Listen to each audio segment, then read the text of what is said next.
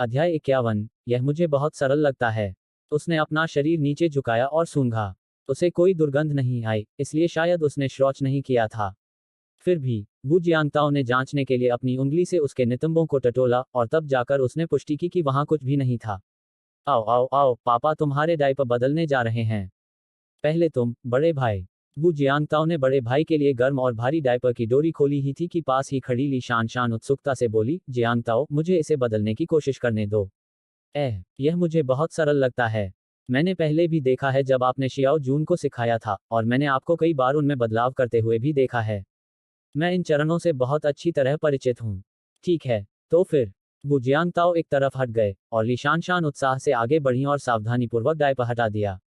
उन्होंने एक हाथ से बड़े भाई के टखनों को पकड़ा और धीरे से उसे उठाया।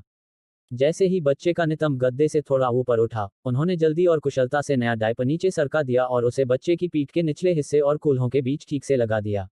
इतना खराब भी नहीं। वो जियांगताओ थोड़ा हैरान था, इस लड़की ने पहली ही कोशिश में काफी अच्छा सीख लिया। जाहिर है, डायपर बदलना कोई बहुत बड़ी कला नहीं है। हे, ली शान शान बहुत प्रसन्न हुई। यह तो बहुत आसान है। तुम्हें जल्दी करनी चाहिए, वरना मियाओ मियाओ। वू जियांगताओ ने अभी अभी एक चेतावनी दी थी, और जैसे ही ली शान शान वेलक्रो लगाने वाली थी, बड़े भाई की छोटी पानी की बंदूक थोड़ी सी ऊपर उठ गई। अरे नहीं, ध्यान रहें। वू जियांगताओ को तुरंत कुछ गड़बड़ महसूस हुई, लेकिन ली शान शान, डायपर बदलते हुए भी, चेन जून की ओर आंख मारते हुए दिखावा कर रही थी। देखो देखो, मैं डायपर भी बदल सकता हूँ। मुक्त करना। कश। वो जियांगताओ ने अपना चेहरा ढक लिया। डेस्क पर बैठी चेन जून ने ऊपर देखा और सहज ही पीछे हट गई, अपने हाथों से खुद को बचाते हुए। उसके चेहरे पर सदमे और डर का मिला जुला भाव था। वैसे, चेन जून, इस नई माँ ने कल आधी रात को खुद ऐसी ही स्थिति का सामना किया था। जी हाँ, उस समय इस नई माँ की सहज प्रवृत्ति यही थी कि वह व्यर्थ ही अपने हाथों से इसे रोकने की कोशिश करे। यह माँ वहीं टूट गई, डायपर एक तरफ फेंक दिया, दोनों बच्चों को वहीं छोड़ दिया और लड़खड़ाते हुए बाथरूम की ओर चल पड़ी। बाद में वू जियांगताओ के आश्वासन से ही वह अपनी सामान्य मानसिक स्थिति में लौटी। हाँ, चेन जून केवल स्वयं को समझाकर और दिलासा देकर ही खुद को शांत कर सकती थी। यह मेरे बेटे का निर्दोष पेशाब है, इसमें कोई गंध नहीं है, यह गंदा नहीं है, बिल्कुल भी गंदा नहीं है। इस समय शिशु के पलंग के पास ली शान शान, जिनके साथ भी वैसा ही व्यवहार किया गया, पूरी तरह से अचंभित दिखाई दी। पानी कहाँ से आया? क्या ऐसा हो सकता है? उसने अपना सिर खालीपन से घुमाया और अपने चेहरे से पानी पोंछने के लिए हाथ बढ़ाया। ओह! अगले ही पल, ली शान शान चौंक कर उछल पड़ी। उसकी चीख अभी शुरू ही हुई थी कि चेन जून ने अपनी तर्जनी उंगली होठों पर रखकर उसे चुप रहने का इशारा किया। तब उस लड़की ने चीखने की अपनी इच्छा को जबरदस्ती दबा लिया। वो। यह लड़की सिसकते हुए बाईं ओर एक चक्कर और फिर दाईं ओर एक चक्कर लगाने के बाद अचानक बाथरूम की ओर दौड़ पड़ी। इसी बीच वू जियांगताओ बिना कुछ कहे आगे बढ़ा और अपने सामने फैली गंदगी को साफ करने लगा। उस बदबूदार बच्चे ने न सिर्फ अपनी चाची पर पेशाब किया, बल्कि लपेटने वाले कंबल और उसके नीचे की चादर को भी गीला कर दिया। वाह वाह वाह वाह! अफसोस की बात है कि ली शान शान ने चीख को दबा तो लिया था, लेकिन उस शुरुआती आवाज से छोटी बहन चौंक गई और रोने लगी। बड़े भाई की बात करें तो वह अपने पिता की बाहों में सुरक्षित था। हालांकि डर से उसका छोटा हाथ कांप रहा था, लेकिन परिचित आलिंगन को थामते ही वह तुरंत शांत हो गया। चेन जून ने बेबसी से प्रोजेक्ट के दस्तावेज मेज पर रख दिए और जल्दी से छोटी बहन को गोद में उठा लिया और कुशलता से उसकी टॉप की जिप खोलकर रोते हुए बच्चे को दूध पिलाने लगी। नन्हा बच्चा अनाज भंडार से चिपक गया और सहज रूप से दूध पीने लगा, जिससे वह तुरंत शांत हो गया। इससे यह साबित हुआ कि रोते हुए बच्चे को शांत करने और उसके डर और बेचैनी को दूर करने का यह तरीका सबसे कारगर था।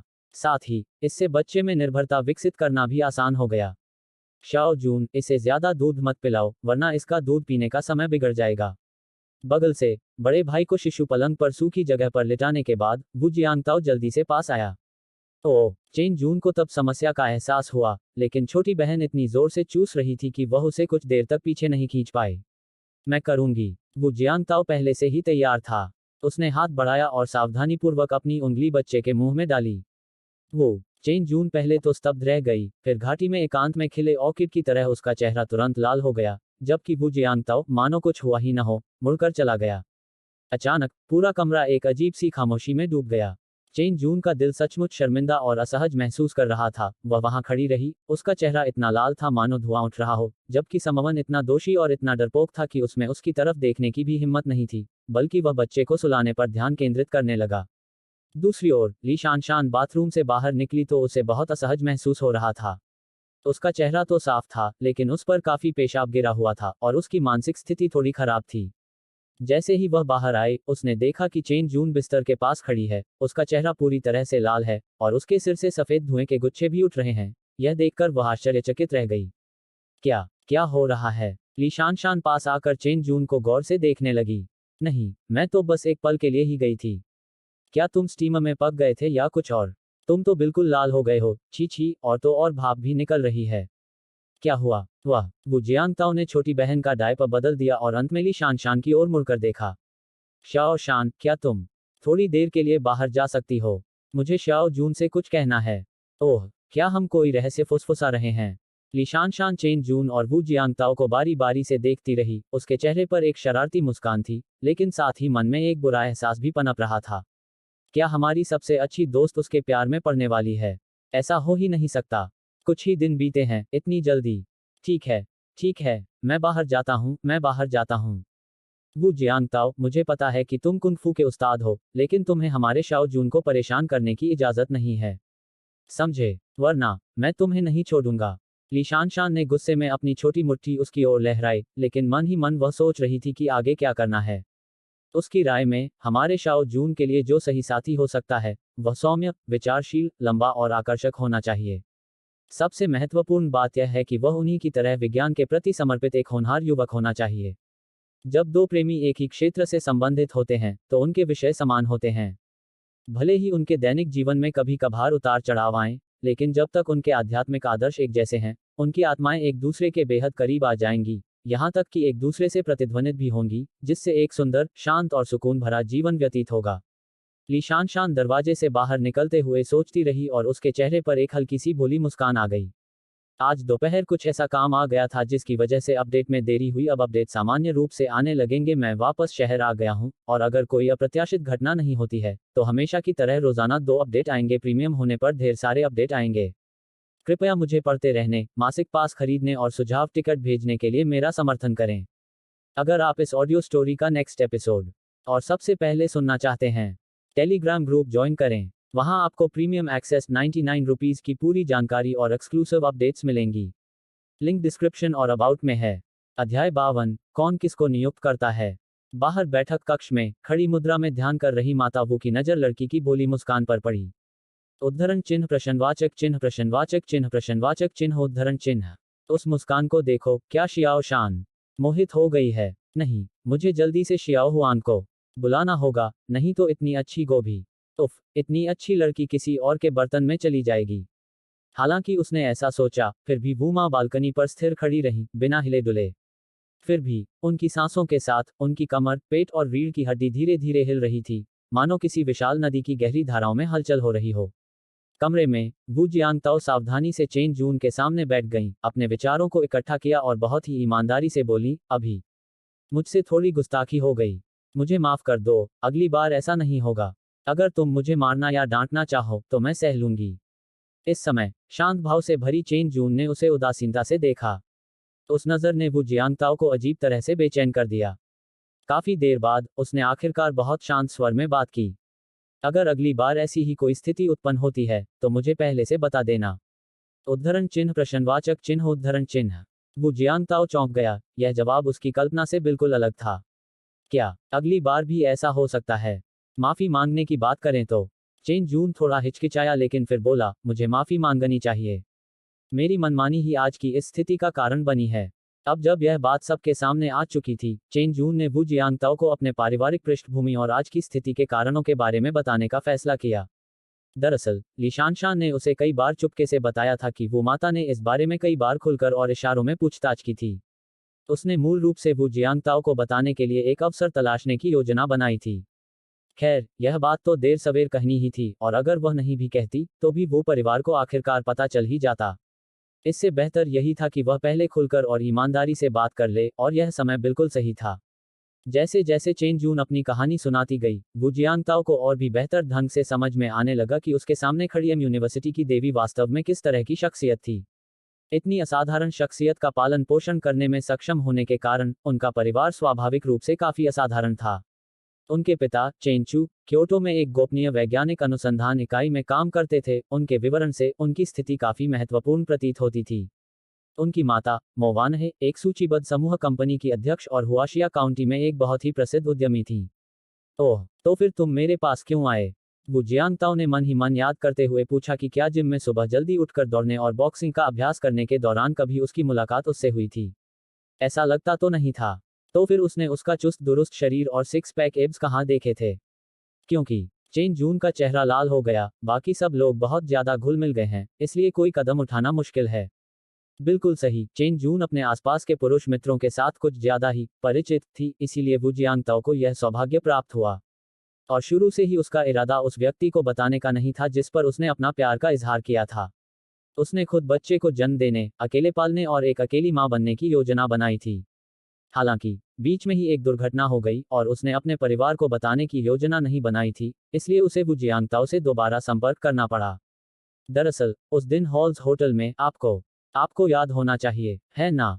मैंने अपनी ओव्यूलेशन की तारीख का हिसाब लगाया, आपसे कुछ जानकारी ली और फिर शुरू में इस तरह गर्भवती होने की संभावना बहुत कम थी, लेकिन मुझे वास्तव में गर्भवती होने की उम्मीद नहीं थी। इसमें कोई हैरानी नहीं कि मैं बार बार कह रहा था कि यह बहुत बड़ा है। फिर भी मुझे कुछ भी महसूस नहीं हुआ। इसमें कोई हैरानी नहीं कि मैंने बहुत दिमाग खपाया और मुझे बस इतना ही याद था कि उस बिंदु तक क्या हुआ था, उसके बाद कुछ भी याद नहीं आया।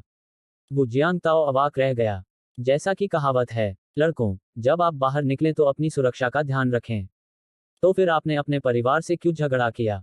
दरअसल अगर परिवार आपस में खुलकर बात कर ले तो सब ठीक हो जाएगा। आखिर बच्चा होना इतना बड़ा फैसला होता है। वो जियांगताओ को सिरदर्द हो रहा था। हालांकि उसने पहले से ही अनुमान लगा रखा था कि उसका अपने परिवार से कुछ मतभेद हो सकता है, लेकिन मौजूदा हालात से साफ था कि उसका परिवार एक टाइम बम की तरह था जो किसी भी क्षण फट सकता था। उसने विरोध भी किया और अपने माता पिता से बात करने की कोशिश की, लेकिन माँ चेन ने पहले कहा, हम यह तुम्हारे भले के लिए कर रहे हैं, और फिर कहा, ऐसा नहीं है कि हमने तुम्हें विकल्प नहीं दिया, हमने तुम्हारे लिए कई विकल्प रखे हैं। एक चुन लो, फैसला तुम करो, हम बिल्कुल दखल नहीं देंगे, तुम पूरी तरह स्वतंत्र हो। वे मेरी शादी करवाना चाहते हैं। चेन जून ने शांत भाव से कहा, तो मैं उनके पोते पोतियों का इंतजाम कर दूंगा। वू जियांगताओ, यह तो वाकई कमाल की बात है। वे मेरी शादी का इंतजाम करते हैं, मैं उनके पोते पोतियों का इंतजाम करता हूँ। ये शब्द काफी दबंगई भरे लग रहे थे। वह सचमुच स्तब्ध रह गया और अपना चेहरा ढकने से खुद को रोक नहीं पाया। उसने हमेशा सोचा था कि गलती उसी की है, लेकिन असल में ऐसा नहीं था। सच्चाई जानकर वू जियांगताओ लगभग रो पड़ी। चेन जून का चेहरा शर्म से लाल हो गया और उसने कुछ शर्मिंदा होकर उसकी ओर देखा। मुझे माफ करना, मैंने उस समय आवेग में आकर यह कदम उठाया था, लेकिन बाद में मुझे पता चला कि मैं सच में गर्भवती हूँ। मैंने पहले गर्भपात करवाने के बारे में सोचा था, लेकिन डॉक्टर ने सलाह दी कि बच्चे की धड़कन शुरू हो चुकी है और वे जुड़वां बच्चे हैं।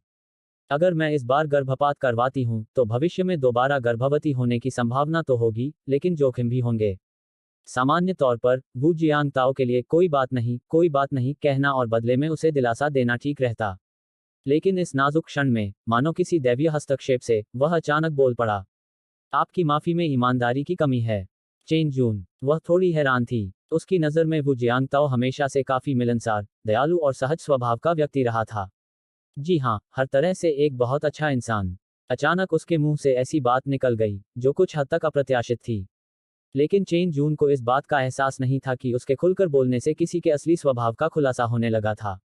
तो आप किस तरह की ईमानदारी चाहते हैं? उसने हमेशा की तरह गंभीरता और जिम्मेदारी से पूछा।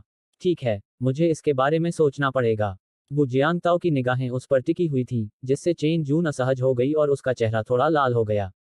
उसने जल्दी से कहा, आप मुझसे जरूरत से ज्यादा मांगे नहीं कर सकते, आपको वही कहना होगा जो मेरी क्षमता के भीतर हो।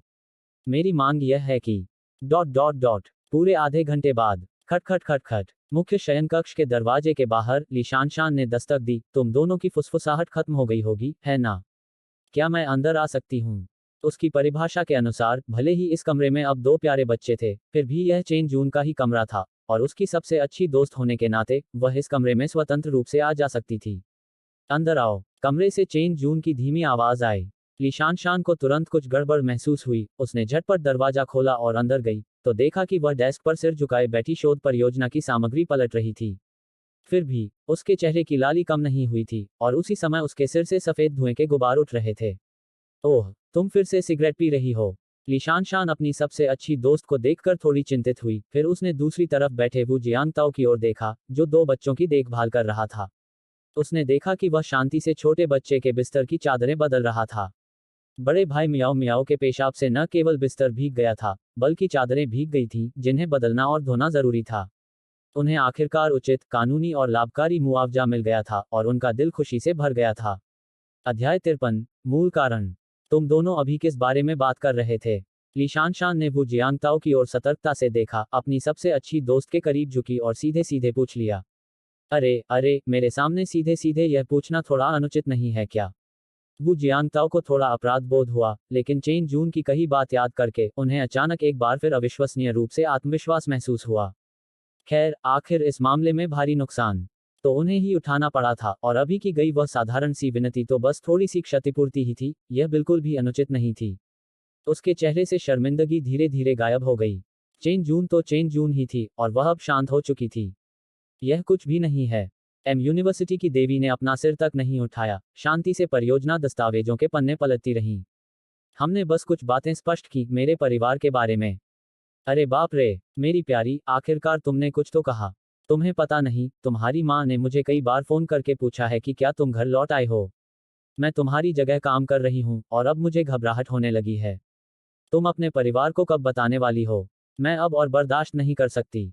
जैसे ही इस बात का जिक्र हुआ, लीशान शान के मन में शिकायतों का अंबार लग गया और वह उन्हें जाहिर करने के लिए बेताब हो गई। जी हाँ, चेन जून के परिवार को अब तक पूरी तरह से अंधेरे में रखने का कारण यह है कि उसका परिवार अब भी मानता है कि चेन जून ही वह व्यक्ति है जो एक्सचेंज स्टडी के लिए अमेरिका गई थी। विदेश में होने के कारण घर से संपर्क स्वाभाविक रूप से कम हो गया था। घर पर उसके माता पिता ज्यादा से ज्यादा कुछ फोन करके उसके काम और जीवन के बारे में पूछते थे। चेन जून ने इस स्थिति का फायदा उठाते हुए उनके लिए पोते पोतियों की व्यवस्था बखूबी कर दी, और जाहिर है, इसके लिए उसे अपनी सबसे अच्छी दोस्त लीशान शान की मदद लेनी पड़ी। उदाहरण के लिए, अमेरिका में चेन जून के वीचैट अकाउंट में लॉग इन करना और मोमेंट्स पर कुछ पोस्ट करना। इन सब चीजों को करते समय चेन जून को डर था कि इससे उसकी सबसे अच्छी दोस्त के शोध, अध्ययन और परियोजना आदान प्रदान पर असर पड़ेगा, इसलिए उसने घर लौटने तक उसे असली कारण नहीं बताया, और घर लौटने पर उसने इसे छिपाना बंद कर दिया। उन्हें बताओ। चेन जून ने अपना सिर नहीं उठाया। मैं उन्हें क्यों बताऊं? तुम अब भी उन्हें नहीं बताओगे? लीशान शान हैरान रह गई। चेन जून मुस्कुराया। क्या आप विश्वास करेंगे अगर मैं कहूं कि मैं इन 2 नन्हे रत्नों को अभी घर ले जाऊं, कुछ दिन यहां रहूं, फिर वापस आ जाऊं, और मेरे माता पिता को शायद तब भी पता न चले? ओह, लीशान शान अचंभित थी, लेकिन फिर भी उसने सलाह दी, ऐसा मत सोचो। वे काम में बहुत व्यस्त हैं, लेकिन फिर भी तुम्हारी परवाह करते हैं। आंटी मो अक्सर मुझे फोन करके तुम्हारा हालचाल पूछती हैं। चेन जून ने इस पर बस मुस्कुरा दिया और कुछ नहीं कहा। अगर उसकी मां ने लीशान शान को उसकी स्थिति के बारे में पूछने के लिए फोन किया भी था, तो शायद वह सिर्फ यह पता लगा रही थी कि क्या कोई लड़के उससे संपर्क कर रहे हैं, क्या वह किसी के साथ डेटिंग कर रही है, और उस व्यक्ति का नाम क्या है। उसकी मां को उसके किसी भी पुरुष मित्र के बारे में जरूर पता चल जाता, चाहे लीशान शान के जरिए हो या उसके सुपरवाइजर के जरिए, फिर वह तरह तरह की जांच पड़ताल करती और अंत में उसे फोन करती। वह क्या कहेगी? सबसे पहले, वह उसे उस लड़के के पारिवारिक पृष्ठभूमि, संपत्ति आदि के बारे में बताएगी जिसने हाल ही में उससे संपर्क किया था। और यह तो बस शुरुआत होगी। अगला चरण उसके मूल परिवार का पर्याप्त रूप से वस्तुनिष्ठ और तर्कसंगत विश्लेषण होगा, जिससे उसके चरित्र, अच्छा या बुरा, और नैतिक गुणों का आकलन किया जा सकेगा। ये मनमाने दावे नहीं थे, ये शीर्ष स्तर के मनोवैज्ञानिक गुरुओं द्वारा प्रदान किए गए विश्लेषण परिणाम थे।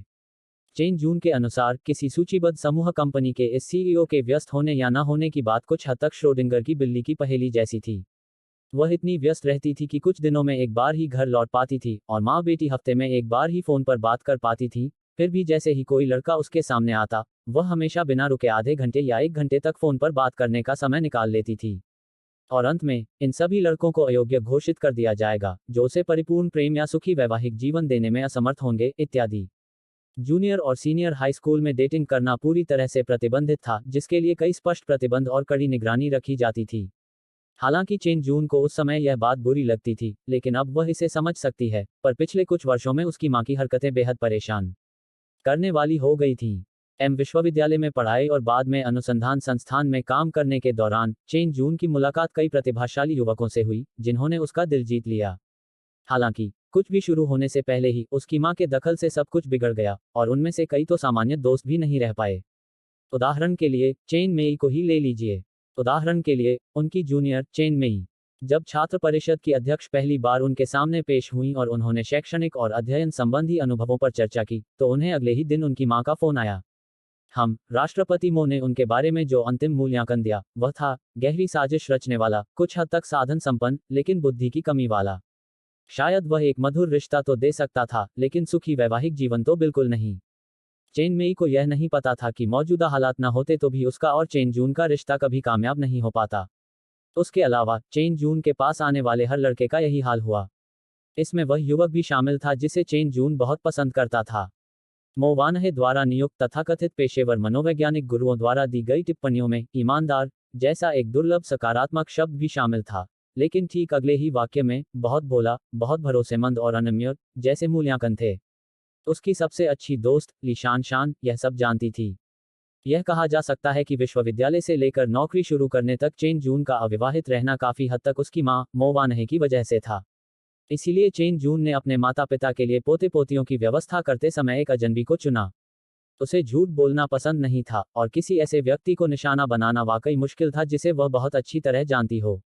चेन जून अपने आसपास के सभी लोगों की पारिवारिक पृष्ठभूमि, शैक्षणिक योग्यता और नैतिक गुणों के बारे में बहुत कुछ जानती थी, इस हद तक कि आसपास एक भी अच्छा युवक नहीं था, इसलिए उसे दूर दूर तक तलाश करनी पड़ी।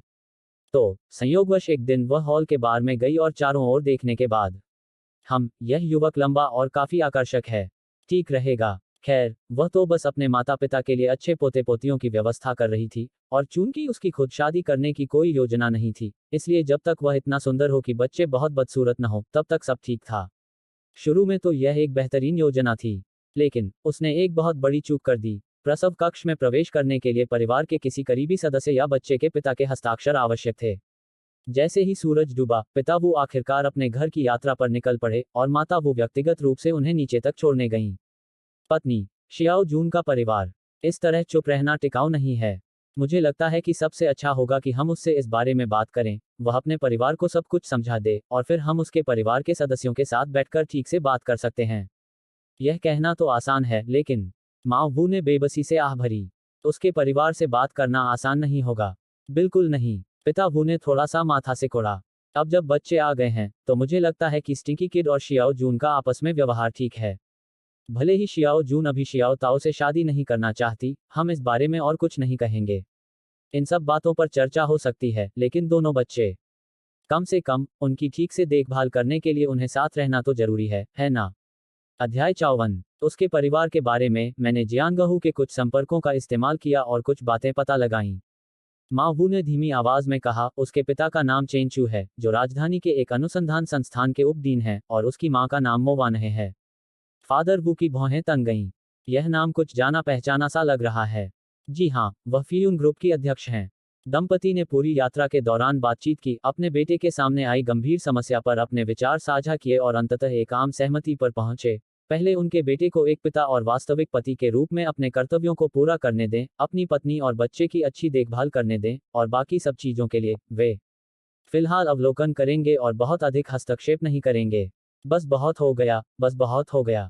जब वे विदा हुए, तो पिता वो कुछ कहना चाहते थे, लेकिन माता वो ने अधीरता से उन्हें टैक्सी में धकेल दिया। मुझे सब पता है। अभी आपको मार्शल आर्ट स्कूल पर ध्यान देना चाहिए। आपको यहाँ की बातों की चिंता करने की जरूरत नहीं है, मैं सब पर नजर रखूंगी। सच तो यह था कि पिता वू सचमुच रुकना चाहते थे। उन्होंने छोटे पोते को केवल 2 बार ही गोद में लिया था और उसके साथ पर्याप्त समय नहीं बिता पाए थे। हालांकि उनकी उपस्थिति ने चेन जून पर पहले ही काफी दबाव डाल दिया था, जिसके बारे में माता वू ने उन्हें उस दोपहर विशेष रूप से बताया था। पिता वू यह बात समझते थे और निराश होकर अकेले ही घर लौट गए। डिंग डोंग, मेजबान को बधाई हो। उन्होंने बच्चे का डायपर 100 बार बदलने का मील का पत्थर हासिल कर लिया है। इनाम 1 लाख RMB। पुरस्कार वितरण निर्देश, पुरस्कार प्राप्त करने की प्रक्रिया जारी कर दी गई है। कृपया इसे शीघ्रता से देखें और सिस्टम के संचालन निर्देशों का सख्ती से पालन करें। देखते ही देखते अस्पताल से छुट्टी हुए 1 हफ्ता बीत गया। चेन जून का शरीर काफी हद तक ठीक हो चुका था और चलने फिरने पर उसे पेट के चीरे में शायद ही कोई दर्द महसूस होता था। वहीं वू जियांगताओ ने चेन जून और दोनों बच्चों की देखभाल करने के लिए वर्चुअल करेंसी और स्टॉक के जरिए लगातार सिस्टम रिवॉर्ड प्राप्त करके 5 लाख से अधिक की कमाई कर ली थी। डिंग डोंग, मेजबान के शरीर के जीनों का प्रारंभिक संशोधन पूरा हो गया है। कृपया विशिष्ट अनुकूलन प्रभावों का व्यक्तिगत रूप से अनुभव करें। यह सुनकर बैठक में चुपचाप अभ्यास कर रहे वू जियांगताओ ने धीरे से अपनी आंखें खोली और एक गहरी सांस छोड़ी। उनकी सांस छोड़ने की तीव्रता से बाहर की हरियाली जोर से सरसरा उठी। अपने शरीर को सीधा करते हुए वू जियांगताओ के चेहरे पर खुशी का भाव प्रकट हुआ। बहुत बढ़िया, अब वह अपने कौशल को और निखारना शुरू कर सकता है। तुम्हारी ऊर्जा बहुत लंबी है। अब से मैं तुम्हारी साधना का मार्गदर्शन करूंगी। माँ वू संयोगवश लौटी और अपने बेटे को इस तरह सांस छोड़ते देख थोड़ी हैरान रह गईं। धन्यवाद माँ। वू जियांगताओ मुस्कुराया। माँ वू थोड़ी अवाक रह गईं। हालांकि उन्हें यह नहीं पता था कि इस बदबूदार बच्चे के शरीर में इतना आश्चर्यजनक सुधार क्यों हुआ था, लेकिन सावधानीपूर्वक जांच के बाद न तो उन्हें और न ही पिता वू को कुछ भी असामान्य लगा। इसके विपरीत उसकी मांसपेशियों, हड्डियों और आंतरिक अंगों की मजबूती ने दंपति की कल्पना से परे जाकर उन्हें आश्चर्यचकित कर दिया। उसमें निहित क्षमता निस्संदेह सबसे अद्भुत थी जो उन्होंने कभी देखी थी।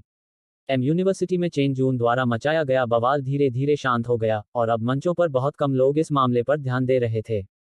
जी हाँ, जैसे जैसे वह और वू जियांगताओ यूनिलू गार्डन में दिखाई दिए और विश्वविद्यालय के अधिक से अधिक छात्रों द्वारा देखे जाने लगे, ऑनलाइन तथाकथित अफवाहें धीरे धीरे वास्तविकता में तब्दील होती गईं। वास्तविकता तो वास्तविकता ही है और यह मानवीय इच्छा के अनुसार नहीं बदलती।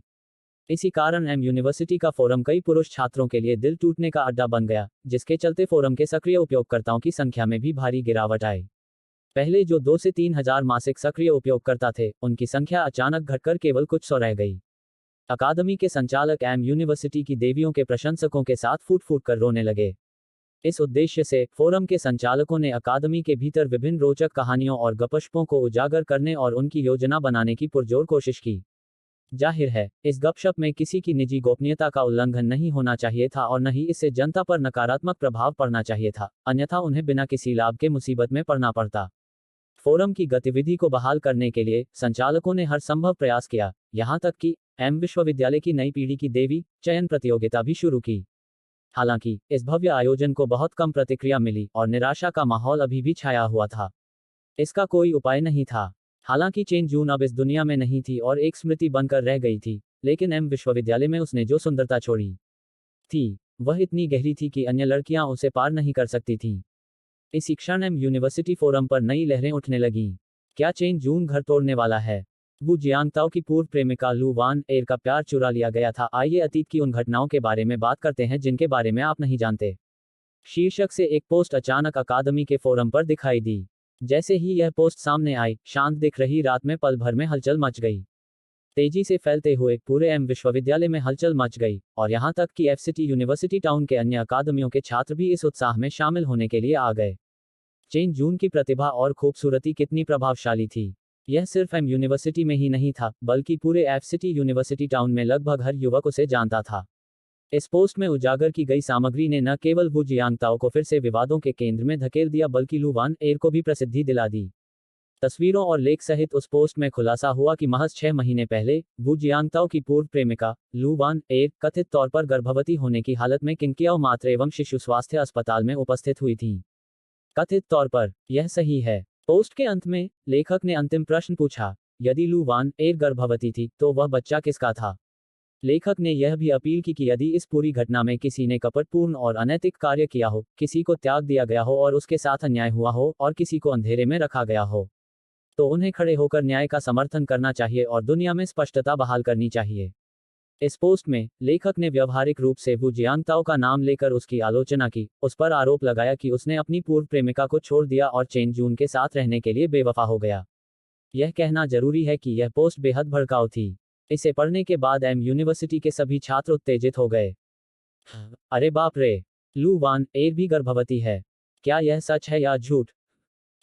ये क्या बकवास है? वू जियांगताओ तो पक्का कमीना है। उसका एक और भी है। धिक्कार है। मुझे समझ नहीं आता कि चेन जून उसके जैसे घटिया इंसान के साथ क्यों है। आखिर उसमें ऐसी क्या खासियत है? हक। कुछ समय के लिए यूनिवर्सिटी फोरम आक्रोश से भर गया। हजारों लोग तुरंत उमड़ पड़े। कुछ ने पोस्ट की प्रामाणिकता पर संदेह जताया, कुछ ने सीधे वू जियांगताओ को शाप दिया और अन्य ने अपनी देवी के दुर्भाग्य पर शोक व्यक्त करते हुए इस बात पर गुस्सा जताया कि उन्होंने उनकी परवाह नहीं की। प्रतिक्रियाएं विविध और असंख्य थीं। बहरहाल, वू जियांगताओ ने एक बार फिर जनता के गुस्से को भड़काया और एक बार फिर ऑनलाइन आलोचनाओं का सामना करना पड़ा, लेकिन इस बार मामला पिछली बार से अलग था। यह वायरल हो गया। हालांकि अगले दिन उस पोस्ट को हटा दिया गया क्योंकि उसने व्यक्तिगत गोपनीयता का उल्लंघन किया था, लेकिन उसकी सामग्री पहले ही फैल चुकी थी और वीचैट समूहों और मोमेंट्स के माध्यम से वायरल रूप से प्रसारित होने लगी थी। कल रात से लेकर आज तक वू जियांगताओ के फोन नंबर पर लगातार वीचैट संदेश, टेक्स्ट मैसेज और अज्ञात नंबरों से कॉल आ रहे हैं। जैसे ही वह फोन उठाते, कॉल करने वाले तुरंत उनके परिवार की महिलाओं और यहां तक कि उनकी 18 पीढ़ियों पहले तक के पूर्वजों को भी भद्दी गालियां देने लगते, जिनमें शारीरिक धमकियां भी शामिल थीं। अध्याय 55। इसमें कोई शक नहीं कि वह साइबर बुलिंग का शिकार हुआ था। वू जियांगताओ को शुरू में यह काफी नया लगा, लेकिन जैसे जैसे इंटरनेट पर अपमान का सिलसिला बढ़ता गया, उनके हमले का दायरा भी बढ़ने लगा। वह, जो हमेशा से जिद्दी था, सचमुच व्यक्तिगत हमलों की परवाह नहीं करता था, जैसे कि उसे नीच, अमानवीय या हरामखोर कहना। हालांकि जैसे जैसे इन धार्मिक रक्षकों ने अपने हमले तेज किए, उन्होंने धीरे धीरे उसके माता पिता को निशाना बनाना शुरू कर दिया। यहाँ तक कि चेन जून को कुतिया कहने लगे, और यहाँ तक कि उसके और चेन जून के 2 बच्चों को हरामखोर कहने लगे जिन्हें इस दुनिया से मिटा देना चाहिए। तब वह इसे और बर्दाश्त नहीं कर सका। महज 2-3 घंटों में यह ऑनलाइन तूफान बेकाबू दिशा में बढ़ने लगा, जिसकी कल्पना एम विश्वविद्यालय में छिपे साजिशकर्ताओं ने भी नहीं की थी। जब यह तूफान पूरे इंटरनेट पर फैल गया, तो इंटरनेट उपयोगकर्ता मानो दाव के अवतार बन गए। न केवल वू जियांगताओ के पीछे पड़े बल्कि चेन जून और उनके 2 बच्चों को भी निशाना बनाने लगे। जनमत विकृत हो गया, उग्र हो गया और पूरी स्थिति तेजी से बदल गई। उस रात वू जियांगताओ गुस्से से उबल रहा था और मुश्किल से सो पाया। अगली सुबह उठते ही उसने चेन जून को मानसिक रूप से तैयार किया और फिर उसे सब कुछ बताया। चेन जून को इस तरह के बड़े मामले के बारे में देर सवेर पता चल ही जाता, इसे उससे छिपाने की न तो कोई जरूरत थी और न ही यह संभव था। इस पर चर्चा करके वे मिलकर इससे निपटने की रणनीति बना सकते थे। जब वे चर्चा कर रहे थे, तभी सुबह सुबह ली शान भी दौड़कर वहां आ गई। उन्हें पिछली रात रिसर्च इंस्टीट्यूट के एक सहकर्मी से रिमाइंडर मिला था और वे मुश्किल से सो पाई थीं। पूरी रात एम यूनिवर्सिटी फोरम और सोशल मीडिया प्लेटफॉर्म पर चेन जून को निशाना बनाने वाली दुर्भावनापूर्ण टिप्पणियों का जवाब देने में बिताई थी। ये कमीने अपने फोन पर ऑनलाइन ट्रोलर्स की टिप्पणियां देखकर ली शान गुस्से से कांप उठी और अपनी सबसे अच्छी दोस्त को दिलासा देते हुए बोली, कोई बात नहीं, गुस्सा मत करो। इन लोगों को भौंकने वाले कुत्तों की तरह समझो, इनकी तरफ मत देखो और इन पर ध्यान मत दो। तुम अभी भी लॉकडाउन में हो, इसे अपनी सेहत खराब मत होने दो। चिंता मत करो, मैं ठीक हूँ। मैंने और जियांगताओ ने पुलिस को फोन कर दिया है। चेन जून मुस्कुराई, उनका चेहरा हमेशा की तरह शांत था। वह हमेशा से स्वतंत्र और शांत स्वभाव की थी, और ऑनलाइन ट्रोल द्वारा उस पर की गई दुर्भावनापूर्ण टिप्पणियों से उसे कोई फर्क नहीं पड़ता था। उसे कभी परवाह नहीं थी कि दूसरे उसके बारे में क्या सोचते हैं, और न ही वह दूसरों की राय के कारण आसानी से खुद को बदल सकती थी। यह मत भूलिए कि उसकी माँ वू के प्रेम और विवाह में हस्तक्षेप भी उसे विचलित नहीं कर सका, तो इन अजनबियों की तो बात ही क्या, जिनसे वह कभी मिली भी नहीं थी, वे उसके संकल्प को हिला नहीं सकते थे। हालांकि वह अपने बच्चों पर किए गए कुछ घृणित टिप्पणियों को भी बर्दाश्त नहीं कर सकी। इतना ही नहीं, वू जियांगताओ इतना क्रोधित था कि उसने अपने दिल में उमड़ रहे गुस्से को दबाने के लिए नीचे सामुदायिक परिसर में कई राउंड मुक्केबाजी का अभ्यास किया। जब वे सुबह उठे तो दोनों ने इस बारे में चर्चा की और सीधे पुलिस को फोन करने का फैसला किया। माँ वू को स्वाभाविक रूप से पता चल गया और वह भी उतनी ही क्रोधित हुई। पहले तो वह और उनके पति मार्शल आर्ट स्कूल और मार्शल दाओ जगत में अपने संपर्कों और शक्ति का इस्तेमाल करके साजिशकर्ताओं को ढूंढना चाहते थे, लेकिन वू जियांगताओ और चेन जून ने उन्हें ऐसा न करने के लिए मना लिया। अब इसकी कोई आवश्यकता नहीं थी। कुछ साल पहले दूसरे पक्ष को जवाबदेह ठहराना शायद असंभव था, लेकिन अब हुआशिया देश के इंटरनेट प्रशासन संबंधी आधिकारिक नियमों में लगातार सुधार के साथ इंटरनेट अब कानूनविहीन जगह नहीं रह गई है।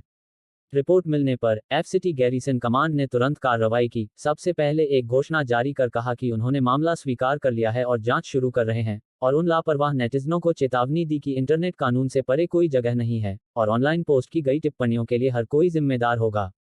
इसके तुरंत बाद सुरक्षा ब्यूरो ने सीधे एम विश्वविद्यालय में एक जांच दल भेजा। एम विश्वविद्यालय फोरम की संचालन टीम का पता लगाया और इस सब के स्रोत की जांच शुरू कर दी। इतना ही नहीं, ली शान ने सबूत के तौर पर सबसे आक्रामक ऑनलाइन हमलावरों के स्क्रीनशॉट भी ले लिए थे। पुलिस में शिकायत दर्ज कराते हुए उन्होंने अपने एक वकील मित्र से भी संपर्क किया, जो उनका पीछा कर रहा था, और इन प्रमुख ऑनलाइन हस्तियों पर सीधे अदालत में मुकदमा करने की तैयारी कर रही थी। हालांकि यह ऑनलाइन तूफान केवल इंटरनेट तक ही सीमित नहीं था, यह वास्तविकता में भी फैल गया। क्योटो फैयून ग्रुप के मुख्यालय में सुबह की समूह बैठक समाप्त होने के बाद अध्यक्ष मो, जिन्हें एक और रात मुश्किल से ही आराम मिला था, को आखिरकार थोड़ी राहत मिली। उन्होंने अपने कार्यालय में अपनी कुर्सी को पीछे की ओर झुकाया ही था कि आराम करने के लिए लेट गईं। अचानक कार्यालय के दरवाजे पर थोड़ी हड़बड़ी में दस्तक हुई। अध्यक्ष मो, राष्ट्रपति मो की भौहें तुरंत तन गईं। वह उठ बैठी, अपने कार्यालय की कुर्सी की पीठ सीधी की और गहरी आवाज में बोली, अंदर आइए। राष्ट्रपति महोदय, यंग मिस के साथ कुछ हुआ है। सचिव के पहले जल्दबाजी भरे शब्दों को सुनते ही राष्ट्रपति मो का चेहरा अचानक ठंडा पड़ गया और उन्होंने गहरी आवाज में कहा, शाओ जून।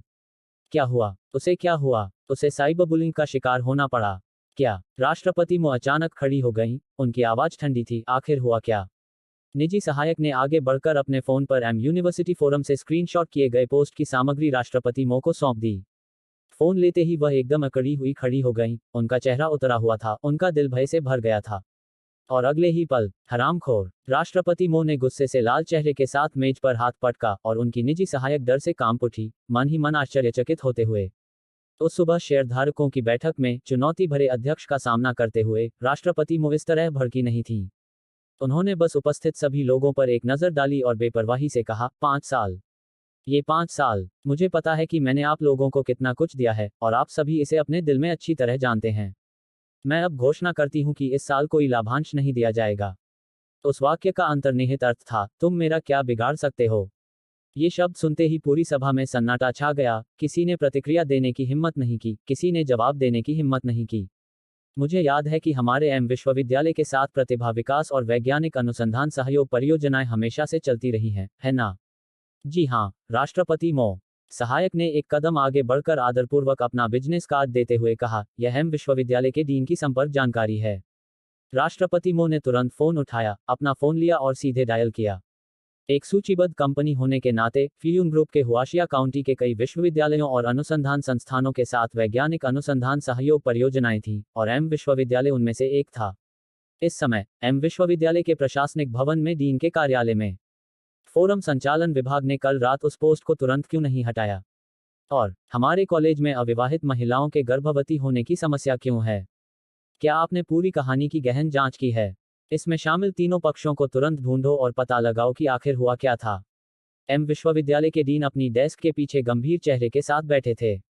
ऐसी स्थिति का सामना करने वाला कोई भी व्यक्ति बेहद नाखुश होगा। प्रसिद्ध होना अच्छी बात है, लेकिन अगर यह बदनामी में बदल जाए तो यह निश्चित रूप से एक अलग मामला है। अध्याय 56। जी हाँ, हम पूरी तरह से जांच करेंगे। उनके सामने खड़े अधेड़ उम्र के व्यक्ति ने थोड़ा झुककर सिर हिलाया और कहा, डीन जी, सुरक्षा ब्यूरो के अधिकारी जांच के लिए हमारे कॉलेज के इंटरनेट कैफे और कॉलेज के पास स्थित निजी इंटरनेट कैफे में पहुंच चुके हैं। हमारे राजनीतिक और शिक्षा विभाग के कर्मचारी उनके काम में सहयोग कर रहे हैं। वृद्ध डीन ने खुद को संभाला और गंभीर स्वर में कहा, प्रशासनिक कर्मचारियों को सुरक्षा ब्यूरो के साथियों के साथ मिलकर काम करने के लिए कहें। यह मामला बेहद अहम है, हमें पता लगाना ही होगा कि इसके पीछे कौन है। भले ही वह हमारे कॉलेज का छात्र हो, हम इसे बर्दाश्त नहीं करेंगे। अब आपको 3 पहलुओं में अपना काम आगे बढ़ाना होगा। सबसे पहले, घटना की पूरी कहानी स्पष्ट करें। संयम बनाए रखें और वर्तमान खुलासों से अपनी व्यक्तिगत भावनाओं को प्रभावित न होने दें। आपको निष्पक्ष और शांत भाव से इसका विश्लेषण और समीक्षा करनी चाहिए। दूसरा, इस घटना के पीछे के व्यक्ति का पता लगाने और उसे जवाबदेह ठहराने के लिए सुरक्षा ब्यूरो के साथ सहयोग करें। तीसरा, ऑनलाइन नकारात्मक प्रभाव और टिप्पणियों को शांत करने के लिए तुरंत जनसंपर्क प्रयास शुरू करें। एम विश्वविद्यालय के आधिकारिक चैनलों का उपयोग करके तुरंत एक घोषणा जारी करें, जिसमें वर्तमान जांच की प्रगति और ज्ञात वस्तुनिष्ठ तथ्यों का विवरण दिया गया हो। हमें बहकावे में नहीं आना चाहिए। हमें सच्चाई को बहाल करना होगा, निष्पक्षता और न्याय बनाए रखना होगा और एम विश्वविद्यालय की छवि को बनाए रखना होगा। हमें एम विश्वविद्यालय की छवि को नुकसान पहुंचाने वाले किसी भी दुर्भावनापूर्ण व्यवहार का पीछा करना होगा और उससे निपटना होगा। हाँ, अधेड़ उम्र का वह व्यक्ति कुछ और कहने ही वाला था कि अचानक डेस्क पर रखा फोन जोर से बज उठा।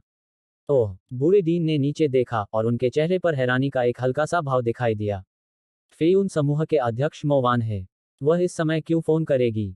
वह स्वाभाविक रूप से समकालीन व्यापार जगत की इस महिला दिग्गज को जानते थे। इसके अलावा यह भी कि उनके नेतृत्व वाले फ्यून समूह की एम विश्वविद्यालय के अंतर्गत कई प्रमुख अनुसंधान संस्थानों के साथ वैज्ञानिक अनुसंधान सहयोग परियोजनाएं और साथ ही प्रतिभा प्रशिक्षण कार्यक्रम भी थे।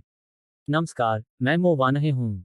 नमस्कार, राष्ट्रपति मो। मैं चेन वेई, एम विश्वविद्यालय का डीन हूँ। क्या मैं पूछ सकता हूँ कि आप मुझे क्यों बुला रहे हैं? मैं चेन जून की माँ हूँ। चेन जून, ये नाम तो जाना पहचाना सा लग रहा है। अचानक डीन चेन को याद आया कि उसने अभी अभी इस नाम का जिक्र किया था। वह तुरंत खड़ा हो गया, यह समझते हुए कि दूसरा पक्ष स्पष्टीकरण मांगने आया है। डीन चेन, हालांकि मेरी बेटी ने एम विश्वविद्यालय से स्नातक की उपाधि प्राप्त कर ली है, वह आपके कॉलेज के उच्च स्तरीय कंप्यूटर सामग्री विभाग में शोध करता है। अनुसंधान संस्थान। मैं बस जानना चाहता हूँ, ऑनलाइन इस घटना को लेकर आखिर क्या हो रहा है। मेरी बेटी के ड्रैगन और फीनिक्स जुड़वां बच्चे होने का क्या मतलब है? यह सरासर बेबुनियाद बकवास है। क्या मुझे पता नहीं चलेगा कि मेरी बेटी के बच्चे हैं? यह मानहानि, अपमान और बदनामी है। मैं अभी एफसीटी जा रहा हूं और मुझे उम्मीद है कि एम यूनिवर्सिटी इस मामले को ठीक से संभालेगी और मुझे स्पष्टीकरण देगी। और मेरी बेटी, मैं किसी को भी उसे नुकसान नहीं पहुंचाने दूंगा, चाहे वो कोई भी हो। मैं उन पर तब तक मुकदमा करूंगा जब तक वे जेल में सड़ न जाएं। राष्ट्रपति मो, कृपया चिंता न करें। हमारे एम विश्वविद्यालय ने इस मामले को संभालने के लिए विशेष प्रशासनिक कर्मियों को पहले ही भेज दिया है। आपकी बेटी के बारे में, उसने सचमुच ड्रैगन और फीनिक्स जुड़वा बच्चों को जन्म दिया। डीन चेन थोड़ा अजीब लग रहा था, लेकिन एक अनुभवी चालाक व्यक्ति होने के नाते उसे तुरंत आभास हो गया कि कुछ गड़बड़ जरूर हुई है।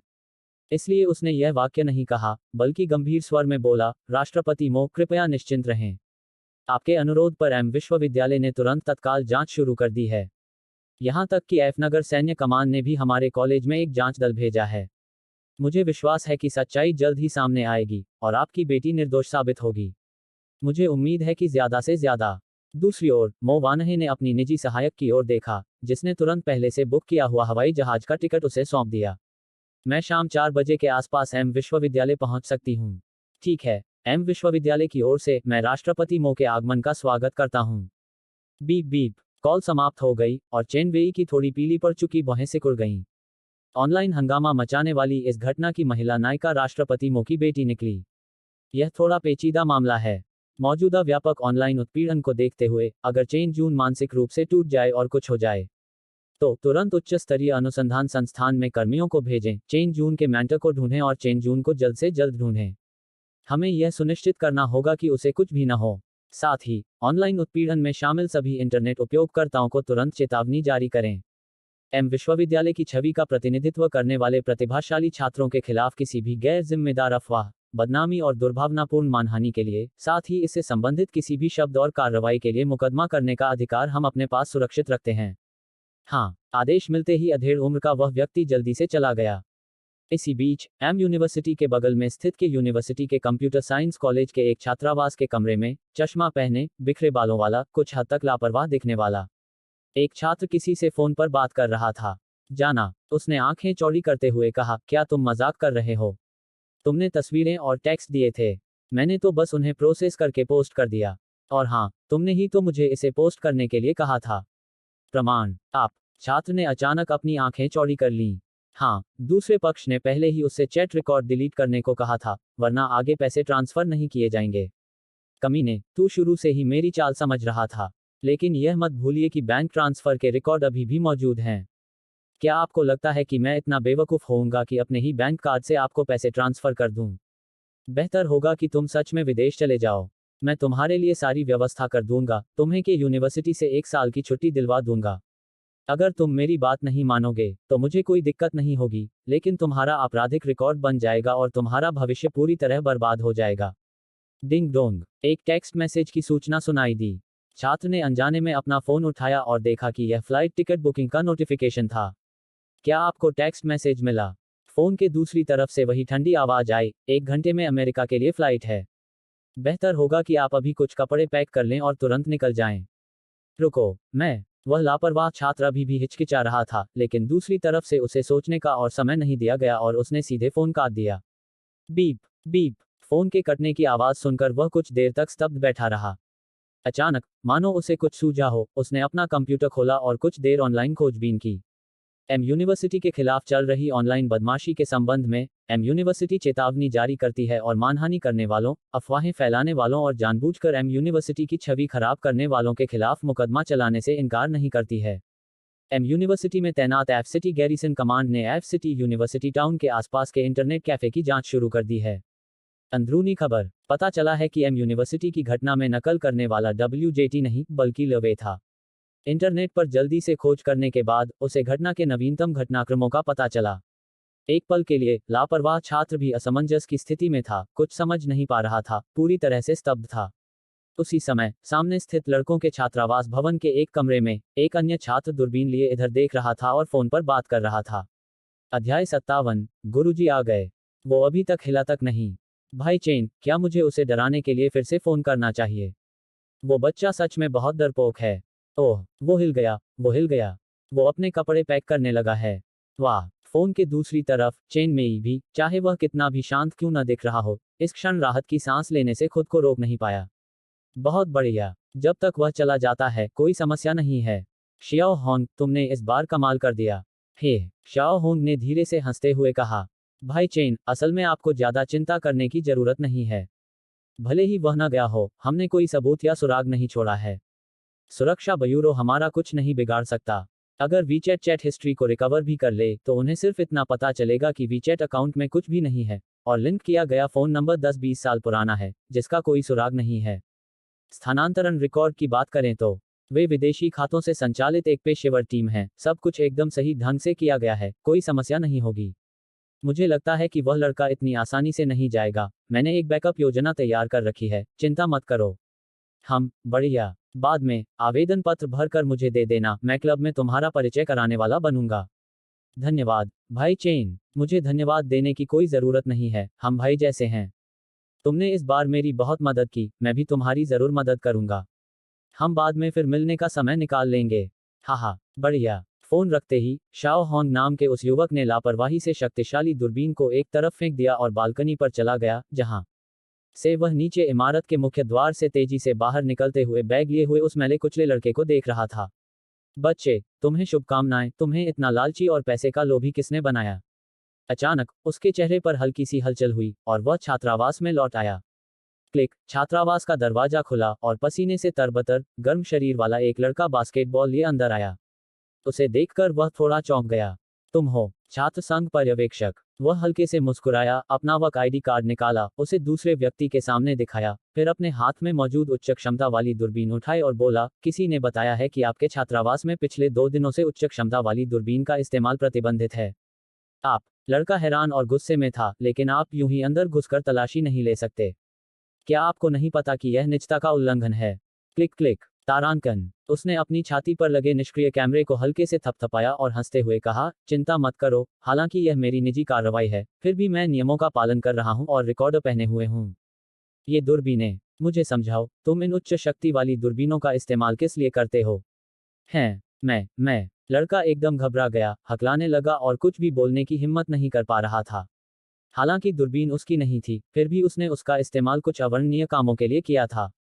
अगर ये सिर्फ इंडक्शन कुकर जैसे प्रतिबंधित उपकरण होते तो उन्हें जब्त कर लिया जाता, लेकिन उच्च क्षमता वाली दूरबीन इतनी आसान नहीं होती। उनके छात्रावास के चारों लड़कों को इसके लिए अनुशासनात्मक कार्रवाई का सामना करना पड़ सकता था।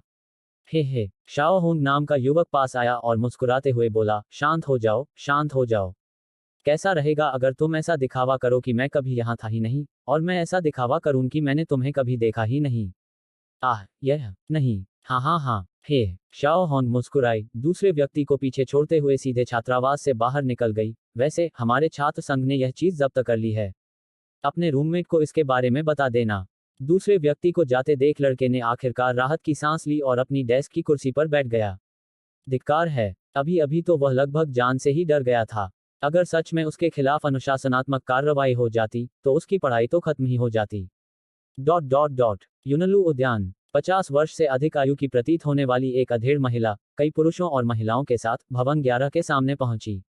उसने मुझे जो पता और स्थान भेजा है वह यही है।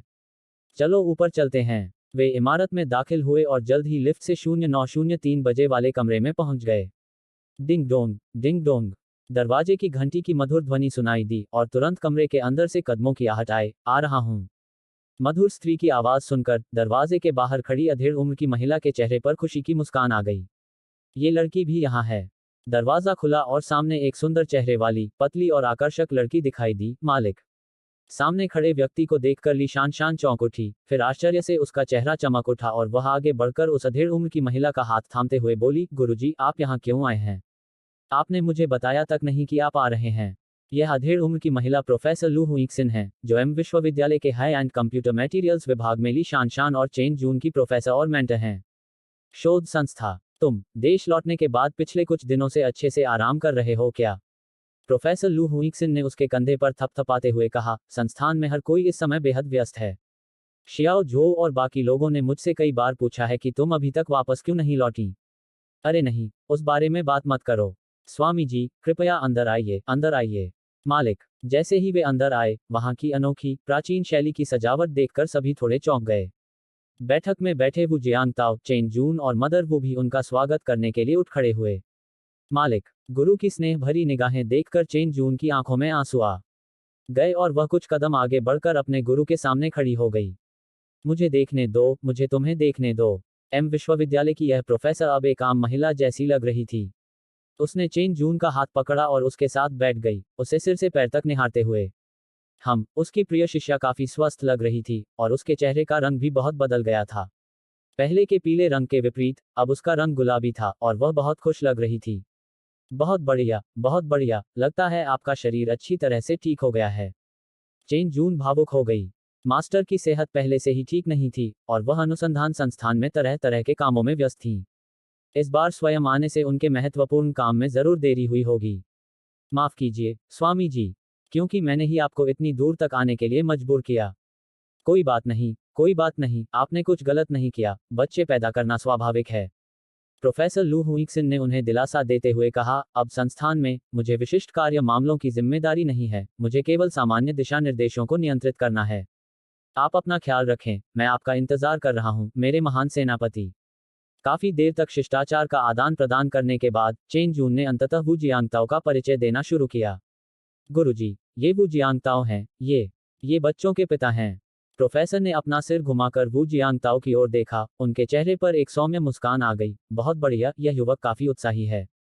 हालांकि वह पढ़ाई लिखाई में पूरी तरह से मग्न थी, लेकिन चेन जून के परिचय ने उसे यह एहसास दिलाया कि कुछ गड़बड़ है। आमतौर पर, भले ही उनकी शादी न हुई हो, उसे कहना चाहिए था, यह मेरा प्रेमी है। ऐसा लग रहा था कि उसके प्रिय शिष्य और उसके बीच का रिश्ता इतना सरल नहीं था। अध्याय 58। जब प्रोफेसर लू हुइक्सिन ने मदर वू का परिचय कराया, तो उन्हें यह देखकर थोड़ा आश्चर्य हुआ कि वह उनसे इतनी शालीनता और मर्यादा से बात कर रही थी, और उन्हें लगा कि वह शायद किसी साधारण परिवार से नहीं है। यहाँ तक कि प्रतिष्ठित परिवारों के तथाकथित संभ्रांत लोगों के लिए भी उनके सामने इतना संतुलित, न तो विनम्र और न ही अभिमानी, व्यवहार बनाए रखना मुश्किल होता था। आखिरकार, दक्षिण पूर्वी चीन और यहाँ तक कि अंतर्राष्ट्रीय स्तर पर वैज्ञानिक समुदाय में उनका कद सर्वोच्च था। यहाँ तक कि शहर के बड़े बड़े राजनेता भी उनकी उपस्थिति में खुद को जूनियर कहकर संबोधित करते थे। वर्षों से, प्रोफेसर लू ने जिस तरह का व्यवहार विकसित किया था, वह आम लोगों के लिए उनके अनुरूप होना असंभव था। अपनी बातचीत के दौरान, प्रोफेसर लू ने विश्वविद्यालय के लोगों का भी उनसे परिचय कराया। इनमें से अधेड़ उम्र का व्यक्ति विश्वविद्यालय के राजनीतिक और शैक्षिकी मामलों के विभाग का निदेशक वांग यू था, और अन्य युवा पुरुष और महिलाएं संकाय सदस्य नहीं बल्कि छात्र संघ के सदस्य थे। हम आज यहाँ विश्वविद्यालय का रुख स्पष्ट करने के लिए उपस्थित हैं। इस घटना के संबंध में नेतृत्व ने विशेष रूप से निर्देश दिया है कि विश्वविद्यालय गहन जांच के लिए सुरक्षा ब्यूरो के साथ पूर्ण सहयोग करेगा। चाहे अपराधी कोई भी हो, हम कानूनी कार्रवाई करेंगे। हम शियाओ जून से मिलना चाहते थे। हमें उम्मीद है कि आप इंटरनेट पर फैली दुर्भावनापूर्ण अफवाहों और बदनामी को दिल पर नहीं लेंगे। निश्चिंत रहें, हम आपको न्याय दिलाएंगे। विश्वविद्यालय नेतृत्व की चिंता के लिए धन्यवाद। मैं ठीक हूँ, और मैं दूसरों की बातों को दिल पर नहीं लूंगा। अच्छा, वांग यू मुस्कुराए। हमारी यूनिवर्सिटी की देवी और सर्वश्रेष्ठ छात्रा से यही उम्मीद थी, उनका व्यवहार वाकई असाधारण है। लगता है उनकी तरफ से कोई अप्रत्याशित समस्या नहीं आएगी। बहुत बढ़िया, बहुत बढ़िया। ओह, वैसे चेन जून, हमारे आने से पहले तुम्हारी माँ ने विशेष रूप से विश्वविद्यालय को फोन करके इस स्थिति के बारे में जानकारी ली थी। ओह, चेन जून ने धीमी आवाज में जवाब दिया। उसकी प्रतिक्रिया देखकर डायरेक्टर वांग दंग रह गए। हालांकि यह थोड़ा पेचीदा था, लेकिन उन्होंने ज्यादा कुछ नहीं कहा। लगता है इस प्रतिभाशाली छात्रा का अपने परिवार से कुछ विवाद था। लेकिन यह एक निजी पारिवारिक मामला था, और उनके लिए इस बारे में और अधिक पूछताछ करना उचित नहीं था। इस शोकसभा सांत्वना वार्ता के दौरान वांग यू ने निश्चित रूप से केवल चेन जून से ही सवाल नहीं किए, क्योंकि वू जियांगताओ भी इसमें शामिल पक्षों में से एक थे। इस घटना के स्रोत रहे पोस्ट के बारे में निर्देशक वांग ने जियांगताओ से विस्तार से चर्चा की ताकि यह पता चल सके कि वास्तव में क्या हुआ था। हालांकि कई विशिष्ट विवरणों का खुलासा करना उचित नहीं था। वू जियांगताओ ने स्पष्ट रूप से कहा, लू वान ए से मेरा ब्रेकअप हो चुका है। जहां तक उसके गर्भवती होने की बात है, मुझे ठीक से पता नहीं है। अगर वह गर्भवती भी है, तो बच्चा मेरा नहीं हो सकता। इस बारे में निर्देशक वांग आप लू वान एर या वांग युआन से पूछ सकते हैं। मुझे लगता है कि वे आपको जवाब दे पाएंगे। वांग युआन। वांग यू एक पल के लिए चौंक गया, फिर उसने पुष्टि की, क्या वह वित्त विभाग से वांग युआन है? वू जियांगताओ ने हल्के लहजे में कहा, हाँ बिल्कुल वही है। वांग युआन। एफ सिटी का वांग परिवार। वांग यू ने थोड़ा भौहें चढ़ा ली और फिर हिचकिचाते हुए पूछा, वू जियांगताओ आप दोनों के बीच कोई अनबन तो नहीं है ना? वांग युआन एक स्थानांतरित छात्र था। एफ शहर में इस लड़के ने विश्वविद्यालय शहर के कई प्रसिद्ध विश्वविद्यालयों में पढ़ाई की थी और दाखिला लेने के कुछ ही समय बाद वह हमेशा चर्चा का विषय बन जाता था। वांग परिवार के प्रभाव के कारण ही नकारात्मक प्रभाव को दबा दिया गया था। पिछली बार उन्होंने विज्ञान और प्रौद्योगिकी विश्वविद्यालय में सबसे ज्यादा हंगामा मचाया था और इस बार एम विश्वविद्यालय में। निदेशक वांग ने मन ही मन प्रार्थना की, उम्मीद करते हुए कि इस घटना और साइबरबुलिंग का उनसे कोई लेना देना न हो, अन्यथा राष्ट्रपति मो और मो परिवार को समझाना मुश्किल हो सकता है। कुछ देर और बातचीत करने के बाद निदेशक वांग अपने अधीनस्थों के साथ चले गए। उनके जाते ही बैठक में बैठी प्रोफेसर लू ने तुरंत अपने प्रिय शिष्य का हाथ स्नेहपूर्वक थाम लिया। शाओ जून, दोनों बच्चे कहाँ हैं? मैं उन्हें देखना चाहती हूँ। अपने गुरु के उम्मीद भरे चेहरे और चमकती आंखों को देखकर चेन जून, ली शान और बाकी सभी लोग पहले तो दंग रह गए, फिर उन्हें यह मजेदार लगा। मास्टर एक पल रुकिए, मैं जाकर उन्हें बाहर निकाल देता हूँ। ली शान झट से उठी, मुड़ी और बेडरूम की ओर गई और गहरी नींद में सो रहे दोनों बड़े बच्चों को धक्का देकर बेडरूम से लिविंग रूम में ले आई। अरे बाप रे! प्रोफेसर लू खुद को रोक नहीं पाईं और दोनों बच्चों को गौर से देखने के लिए उनके करीब झुक गईं, उनकी आंखें मुस्कुराते हुए सिकुड़ गईं। दोनों बच्चे अपनी माँ की तरह दिखते हैं, कितने प्यारे और मनमोहक हैं। यह कहते हुए उसने अपनी बाहों से 2 लाल लिफाफे निकाले। आओ आओ दादी, तुम सबको एक एक लाल लिफाफा देंगी। नन्हे बड, जल्दी से लंबे और बड़े हो जाओ। गुरुजी, लाल लिफाफों की कोई जरूरत नहीं है। ये बच्चों के लिए हैं, मना मत करो, मना मत करो। उसके बगल में खड़ी चेन जून ने अनजाने में मना करने की कोशिश की, लेकिन देखा कि उसकी मालकिन ने हाथ हिलाकर उसे तिरस्कार भरी नजर से देखा। तुम, इतनी बड़ी बात अपने परिवार से छिपाना एक बात है, लेकिन मुझसे क्यों छिपा रही हो? बच्चे को जन्म देना इतना बड़ा अवसर होता है, तुम मुझे बता सकती थी। मैं। चेन जून को पल भर के लिए शर्मिंदगी महसूस हुई, उसे समझ नहीं आ रहा था कि क्या कहे। अगर उसने उस समय अपने गुरु को बता दिया होता, तो उसके परिवार को निश्चित रूप से अंधेरे में नहीं रखा जाता। छोड़ो, इस बारे में बात न करें, इस बारे में बात न करें। प्रोफेसर लू भी उसकी कठिनाइयों को समझती थी। उन्होंने वू जियांगताओ की ओर मुड़कर गंभीरता से कहा, शाओ वू, हालांकि शाओ जून आमतौर पर गंभीर और शांत दिखती है, लेकिन कभी कभी आवेग में आकर वह अप्रत्याशित काम कर बैठती है। तुम्हें उसे और अधिक समझना होगा, उसे सहन करना होगा और उसका अच्छे से ख्याल रखना होगा। मुझसे होगा। वू जियांगताओ ने बार बार सिर हिलाया। वैसे, मैं उसकी मालकिन होने के नाते शियाओ जून के मायके की आधी सदस्य भी हूँ। भविष्य में अगर तुम्हें कोई और परेशानी हो तो शियाओ जून की तरह चुप मत रहना, मुझसे तुरंत संपर्क करना।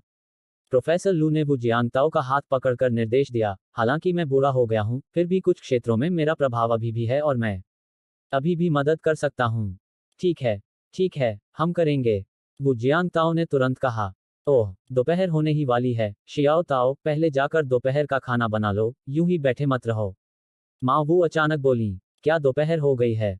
प्रोफेसर लू पहले तो अचंभित रह गईं, फिर कमर पकड़कर झट से खड़ी हो गईं। अरे बाप रे, मैंने समय पर ध्यान ही नहीं दिया और इतना समय बीत गया। मुझे वापस जाना होगा। सास जी, आप मत जाइए। यहीं रुकिए और हमारे साथ भोजन कीजिए। माँ वू ने झट से उसे अपनी ओर खींचा, और खैर, चून की चेन जून की मालकिन ने अभी अभी खुद को परिवार की एक कुंवारी सदस्य बताया था, इसलिए उसने तुरंत अपना पता बदल दिया, जिससे उनके बीच की दूरी तुरंत कम हो गई। कोई जरूरत नहीं, कोई जरूरत नहीं। प्रोफेसर लू ने तुरंत कहा, अनुसंधान संस्थान में आज दोपहर एक परियोजना संगोष्ठी है। रुको, तुम और शियाओ जून आखिरी बार कब मिले थे? आज तो खास ही लोग मिले हैं, रुको और घर का बना खाना खाओ। वैसे, ससुर जी, क्या आपको खाने पीने से जुड़ी कोई पाबंदी है? मना करने में असमर्थ, प्रोफेसर लू ने जाने की जिद छोड़ दी और वहीं रुक गए। फिर सोचने पर, उसे वाकई काफी समय हो गया था जब उसने शियाओ जून के साथ बैठकर खाना खाया था, इसलिए वह यहीं रुक सकती थी। असल बात यह थी कि वह वू जियांगताओ नाम के इस युवक और उसकी मां के बारे में और भी जानना चाहती थी, और सबसे महत्वपूर्ण बात यह कि वे शियाओ जून के साथ कैसा व्यवहार करते थे। अध्याय 59। कुछ ही देर में रसोई से खाने की मनमोहक खुशबू आने लगी। इसकी खुशबू बहुत अच्छी है। बैठक कक्ष में बैठी प्रोफेसर लू थोड़ी देर के लिए रुकी, और भोजन कक्ष की ओर देखने के लिए उन्होंने अपना सिर घुमाने से खुद को रोक नहीं पाई। तभी उन्होंने देखा कि मदर वू रसोई से सूप का एक बर्तन लाकर भोजन की मेज पर रख रही थी। रात का खाना तैयार है। वाह, लीशान शान, जिसके पेट में काफी देर से चूहे दौड़ रहे थे, सबसे पहले उठी और रसोई की ओर दौड़ पड़ी। खैर, अपने पसंदीदा गृहनगर के व्यंजन निकालने के लिए। आज मछली के स्वाद वाला कटा हुआ सुअर का मांस है। लाल रंग और मछली की सुगंधित खुशबू वाले उस व्यंजन को देखकर लीशान शान के पेट में गुड़गुड़ाहट और भी तेज हो गई। गुरुजी, चलिए उधर चलते हैं। बैठक कक्ष में चेन जून भी खड़ी हुई और अपने गुरु के साथ भोजन कक्ष में चली गई। मेरी प्यारी सास जी, कृपया बैठिए। माँ वू ने अभी अभी कटोरियां और चॉपस्टिक सजाना समाप्त किया था और खुशी से उन्हें पुकार रही थी। जैसे ही वह बैठी, प्रोफेसर लू ने देखा कि मेज पर रखे अधिकांश व्यंजन स्पष्ट रूप से शियाओ जून के लिए तैयार किए गए थे। केवल 2 व्यंजन अलग थे, जो स्पष्ट रूप से दूसरों के स्वाद को ध्यान में रखते हुए तैयार किए गए थे। आइए आइए, जियांग ताओ के हाथ का खाना चखिए। पिछले 6 महीनों में उन्हें थोड़ा अधिक समय मिला और उन्होंने खुद ही खाना बनाना सीख लिया। मदर वू ने उत्साहपूर्वक उसे सूप परोसने में मदद की। ठीक है, ठीक है। प्रोफेसर लू बहुत खुश हुए। खाने से भरी मेज को देखकर लगता था कि वह युवक कम से कम खाना बनाने में तो बहुत अच्छा था, वह कम से कम शियाओ जून की पोषण संबंधी जरूरतों का अच्छे से ख्याल रख सकता था। जैसे ही खाना शुरू हुआ, अचानक मास्टर बेडरूम से 2 बच्चों के रोने की आवाज आई। सब लोग पहले खाना खा लीजिए, मैं जाकर देख लेता हूँ। वो जियांग ताओ झट से उठ खड़ा हुआ और मुख्य शयन कक्ष की ओर चल पड़ा। एक बेहद सौहार्दपूर्ण और जीवंत दोपहर के भोजन के बाद, प्रोफेसर लू ने वू जियांग ताओ के खाना पकाने के कौशल की बहुत प्रशंसा की। ऐसा लगता है कि अब से हमारे शियाओ जून को अच्छा खाना मिलेगा। बैठक कक्ष में लौटकर बैठते हुए, प्रोफेसर लू ने वू जियांग ताओ को 2 बच्चों की देखभाल में व्यस्त देखा, उनके चेहरे पर संतुष्टि का भाव दिखाई दिया। आजकल तो लड़कों की बात ही छोड़िए, खाना बनाने में माहिर और इच्छुक लड़कियां भी बहुत कम मिलती हैं। उदाहरण के लिए, उसके बगल में बैठी एक लड़की, यहाँ तक कि जब संस्थान के सभी बच्चे बाहर खाना खाने गए, तब भी इतनी अनाड़ी थी कि उसे बारबेक्यू करना भी नहीं आता था, उसे तो बस खाना ही आता था। यह सोचते ही वह अपने बगल में पेट पकड़े कर कराह रही लीशान शान की ओर घृणा भरी नजर डालने से खुद को रोक नहीं पाई। फिर से बहुत ज्यादा खा लिया, लड़की ने उदास चेहरे के साथ धीरे से कहा, मानो हिसाब लगा रही हो। कल के खाने की कैलोरी अभी तक पूरी नहीं हुई है और मैंने दौड़कर उसे बंद नहीं किया है। लगता है आज दोपहर मैं सो नहीं पाऊंगा, मुझे उसे बंद करने के लिए दौड़ना पड़ेगा। आह। प्रोफेसर लू, अचानक उसका फोन बज उठा। उसने फोन उठाया और उस पर मो वानहे फ्यून ग्रुप लिखा हुआ देखा। हेलो शियाओ मो, आंटी लू, बहुत दिनों बाद मिले, क्या आपने हाल ही में शियाओ जून को देखा है? पिछले 2 दिनों से वह थोड़ी मुसीबत में फंसी हुई है। ओह, मैं समझ गई आप क्या कह रही हैं। मैं अभी उसके घर पर ही हूँ। वह ठीक है, बहुत अच्छी तरह से रह रही है। उफ, फोन के दूसरी तरफ, मोवानहे ने यह सुनकर राहत की सांस ली। मुझे राहत मिली कि चाची लू उसके साथ हैं। मुझे डर था कि कहीं वह कोई जल्दबाजी वाला कदम न उठा लें। कोई बात नहीं, मैं यहाँ हूँ। धन्यवाद, आंटी लू, मैं अभी अभी विमान में सवार हुई हूँ और दोपहर लगभग 3 बजे एफ सिटी पहुँच जाऊंगी। ठीक है, ठीक है, काफी समय हो गया जब हम आखिरी बार मिले थे। फोन कॉल खत्म होते ही, मदर वू डाइनिंग रूम से कटे हुए सेब और संतरे की एक प्लेट लेकर आईं। मेरी प्यारी सास जी, आइए कुछ फल खा लीजिए, इससे पाचन में मदद मिलेगी। यह कहना ही पड़ेगा कि मदर वू लोगों के साथ घुल मिल जाने में बहुत माहिर थीं। हालांकि वे चेन जून के गुरु को ज्यादा समय से नहीं जानती थीं, फिर भी उनका परिचित और संवाद घनिष्ठ हो चुका था। एफ सिटी अंतर्राष्ट्रीय हवाई अड्डे जाते समय, यात्री सीट पर बैठा यांग युआन बेचैन था। कई रातों तक देर तक जागने के कारण उससे एक अजीब सी, अवर्णनीय और बेहद मनमोहक गंध आ रही थी। उसके बगल में बैठा ड्राइवर बहुत असहज महसूस कर रहा था और उसने पूछे बिना नहीं रह सका, क्या आप एम यूनिवर्सिटी के छात्र हैं? ओह, हाँ, मैं एम यूनिवर्सिटी से हूँ। उसने अनमने ढंग से जवाब दिया। ओह, ड्राइवर ने अपनी नाक रगड़ी और खुद को रोक नहीं पाया। ओम, आपने कितने दिनों से नहाया नहीं है? धिक्कार है, मुझे भविष्य में कुछ मास्क बचा कर रखने चाहिए, मैं इसे बर्दाश्त नहीं कर सकता। नहीं, मैंने तो बुधवार को ही नहाया था। ड्राइवर का चेहरा हैरानी से भर उठा। अगर उसे सही से याद था तो आज शनिवार था, है ना? क्या गलत? यांग युआन ने खुद को संभाला, फिर अपने बगल में बैठे ड्राइवर के कब्ज से परेशान चेहरे को देखा और उसे थोड़ा अजीब लगा। क्या तुम्हें खुद इसकी गंध नहीं आई? ड्राइवर सचमुच अवाक रह गया। तुम्हारे ऊपर से आ रही ये गंध खट्टी हो गई है, खांसी खांसी, मेरा मतलब है, बहुत तेज गंध आ रही है। बहुत मजबूत। यांग युआन ने खुद को सूंघा। थोड़ी सी गंध है, पर ज्यादा तेज नहीं है। ठीक है, उसे खुद भी नहीं पता था कि लगातार 3 दिन बिना नहाए और हर रात देर तक जागने के कारण उसके शरीर पर गंदगी की एक मोटी परत जम गई थी। बाहर निकलते ही उसकी गंध स्वाभाविक रूप से काफी तीखी थी।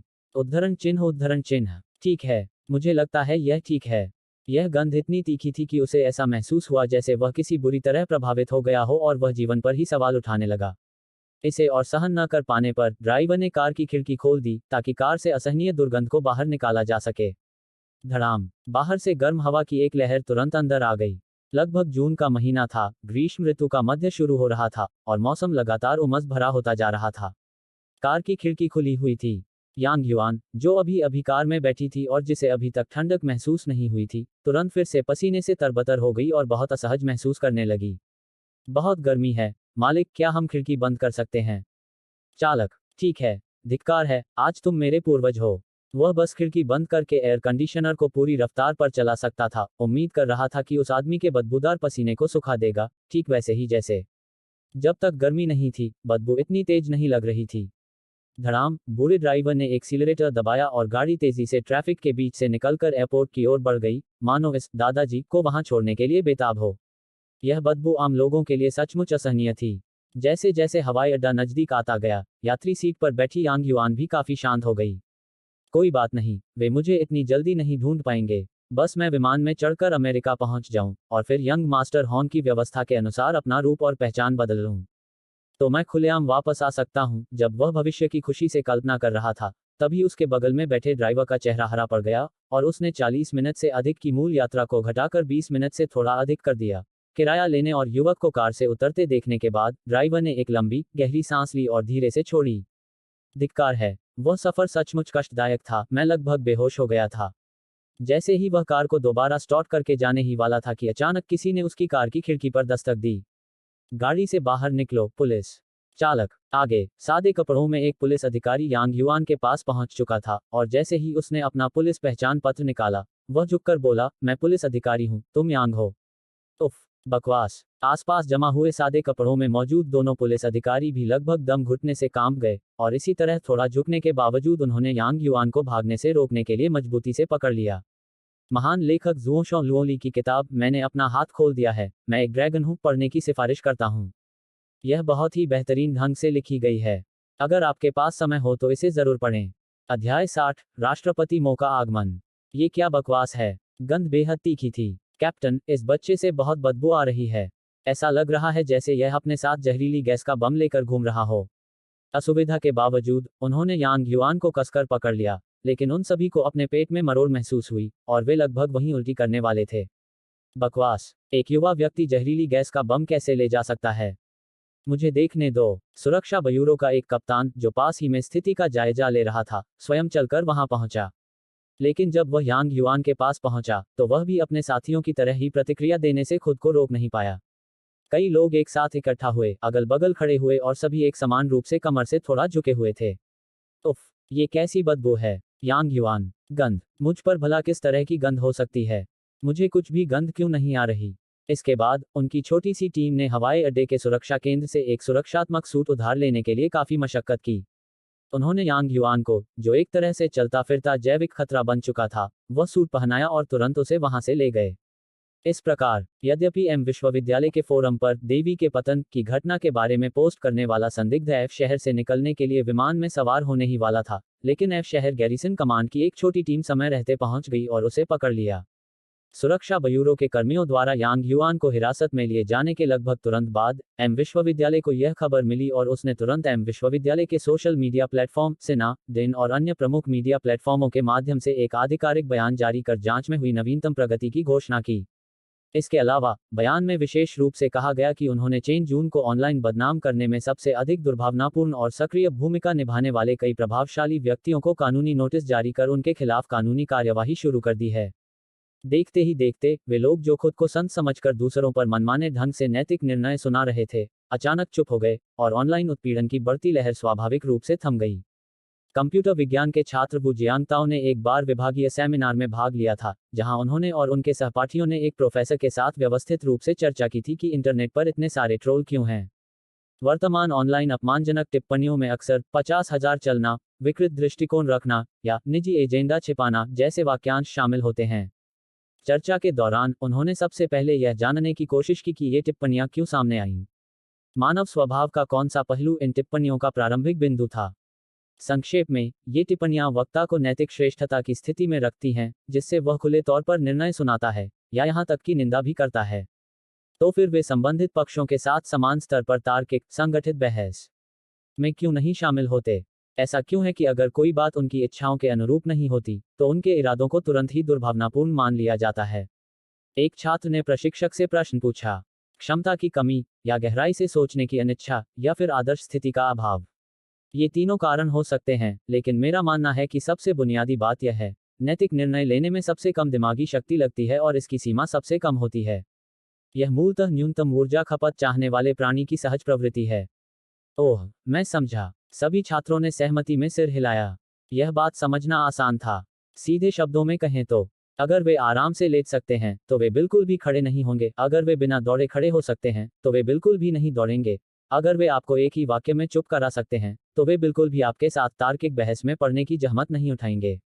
संक्षेप में, इन अपमानजनक टिप्पणियों को नैतिक निर्णयों के रूप में देखा जा सकता है, और ये बहस का सबसे सस्ता रूप है, एक ऐसा अंतिम हथियार जिसे अधिकांश लोग सहजता से इस्तेमाल कर सकते हैं। उदाहरण के लिए, किडियन पर एक किताब के कमेंट सेक्शन में, नान शुफांग नाम के एक पाठक ने मेरी देवी ने ड्रैगन और फीनिक्स जुड़वा बच्चों को जन्म दिया नामक एक इंटरनेट मनोकामना पूर्ति उपन्यास देखा, जिसे एक लेखक ने लिखा था, और तुरंत ही उसने अपनी प्रतिक्रिया दे दी। इस तरह की किताब लिखने के लिए किसी व्यक्ति को कितना बेशर्म होना पड़ सकता है? इस तरह की टिप्पणी एक सामान्य बहस को नैतिक निर्णय के घृणित दायरे में घसीटने का एक विशिष्ट उदाहरण है। किसी देवी के बारे में कल्पना करना एक बात है, लेकिन ड्रैगन और फीनिक्स जुड़वा बच्चों के बारे में कल्पना करना, छी, तुम तो सरासर बेशर्म हो। आपकी किताब पढ़ने, उसकी विषय वस्तु जानने या उसके विवरणों और खामियों की छानबीन में समय बर्बाद करने की कोई आवश्यकता नहीं है। केवल एक वाक्य से, मानो कोई अमर व्यक्ति स्वर्ग से उतरा हो, मैं आपको सहजता से नैतिक रूप से घोर रूप से पराजित कर सकता हूं। यह नैतिक निर्णय की कम बुद्धिमत्ता, कम ऊर्जा खपत और अंतर्निहित आयामी कमी हमले की विशेषता द्वारा प्रदान किया गया पूर्ण लाभ है। इस सेमिनार के दौरान, प्रशिक्षक ने इंटरनेट ट्रोल्स की अन्य विशेषताओं का भी सारांश प्रस्तुत किया, जैसे कि कीबोर्ड उठाते ही अहंकार का बढ़ना, आभासी ऑनलाइन पहचान द्वारा मिलने वाली सुरक्षा जो नैतिक निर्णय की कीमत को कम करती है, और अपने शब्दों के प्रति जिम्मेदारी का पूर्ण अभाव, आदि। इसके बावजूद, एम यूनिवर्सिटी फोरम पर एक पोस्ट से शुरू हुआ इंटरनेट का तूफान आखिरकार शांत होने लगा। चून की उकसाने वाले का पर्दाफाश हो गया और उसने तथ्यों को गढ़ने और दूसरों को फंसाने की बात स्वीकार कर ली, इसलिए ट्रोल्स का नैतिक वर्चस्व खत्म हो गया। इसके अलावा, उनमें से सबसे सक्रिय ट्रोल्स को दूसरों के लिए एक चेतावनी के रूप में चुना गया। स्पष्ट और समान जिम्मेदारी तय होने के बाद, ये नैतिक संरक्षक तुरंत शांत हो गए, चुप हो गए और मूकदर्शक बनकर चुपचाप अपने माउस से उन छोटे छोटे लेखों को डिलीट करने लगे जो उन्होंने पहले सोशल मीडिया प्लेटफॉर्म पर लिखे थे। हालांकि, इंटरनेट को सब याद है। इनमें से कई व्यक्तियों द्वारा पोस्ट किए गए बयानों के स्पष्ट स्क्रीनशॉट अभी भी सुरक्षित हैं। ऐसा करने वाला व्यक्ति न केवल चेन जून का सबसे अच्छा दोस्त, लीशान शान था, बल्कि राष्ट्रपति मो भी थे, जो दोपहर 3 बजे के कुछ ही समय बाद विमान से उतरकर एफ-सिटी अंतर्राष्ट्रीय हवाई अड्डे में दाखिल हुए थे। क्या मेरी बेटी के बारे में अफवाहें फैलाने, उसे बदनाम करने और उस पर झूठे आरोप लगाने वाले लोगों की सूची तैयार कर ली गई है? राष्ट्रपति मो, सूचना एवं मीडिया विभाग ने उन व्यक्तियों द्वारा पोस्ट किए गए बयानों के स्क्रीनशॉट ले लिए हैं और उन्हें सुरक्षित रख लिया है, और कानूनी विभाग ने कार्रवाई शुरू कर दी है। मो वानहे के पीछे पीछे थोड़ा दौड़ते हुए निजी सहायक ने जवाब दिया। अच्छा, मेरी ओर से कानूनी विभाग को बता दें कि चाहे कितनी भी लागत आए या इस बार कितना भी पैसा खर्च हो, इन सभी लोगों पर अदालत में मुकदमा चलाया जाना चाहिए। हाँ, अपने बैग से धूप का चश्मा निकालते और लापरवाही से उसे पहनते ही, राष्ट्रपति मो से निकलने वाली शक्तिशाली आभा कुछ हद तक कम हो गई। जैसे ही वे हवाई अड्डे के प्रवेश द्वार से बाहर निकले, उन्होंने आगे चल रहे समूह में किसी को एक बड़ा सा बैनर पकड़े हुए देखा, जिस पर मोटे, घुमावदार अक्षरों में कई बड़े बड़े संदेश लिखे हुए थे। फेयून ग्रुप अध्यक्ष मो। वे स्वाभाविक रूप से एम विश्वविद्यालय के विदेश मामलों के कार्यालय के कर्मचारी थे। भीड़ के बीच में खड़े अधेड़ उम्र के व्यक्ति ने सम्मानित अतिथि को आते देख मुस्कुराते हुए तुरंत उनकी ओर प्रस्थान किया। राष्ट्रपति मो, नमस्कार, मैं एम विश्वविद्यालय के विदेश मामलों के कार्यालय की निदेशक यानफी हूँ। हम पहले भी मिल चुके हैं। नमस्ते। मो वानहे ने अपने धूप के चश्मे उतारे और उसे देखकर सादे ढंग से सिर हिलाया। राष्ट्रपति मो, एम विश्वविद्यालय ने सुरक्षा ब्यूरो के समन्वय से संदिग्ध व्यक्ति को गिरफ्तार कर लिया है और उससे पूछताछ की जा रही है। इसे पोस्ट करने वाले व्यक्ति का नाम क्या है? यांग युआन। वह हमारे एम विश्वविद्यालय का छात्र नहीं है, बल्कि पड़ोसी दक्षिण पूर्व विज्ञान और प्रौद्योगिकी विश्वविद्यालय में द्वितीय वर्ष का छात्र है। इस अध्याय में, नान शुफांग उपनाम से दिखाई देने वाली पाठक स्वयं लेखक हैं। बस दोस्तों, आज का एपिसोड यहीं तक। अगर कहानी मजेदार लगी हो, तो लाइक और फिक्शन ऑडियो हब को सब्सक्राइब के साथ थोड़ा टेलीग्राम ग्रुप ज्वाइन करें, वहां आपको सबसे पहले एपिसोड अपडेट्स मिलेंगी।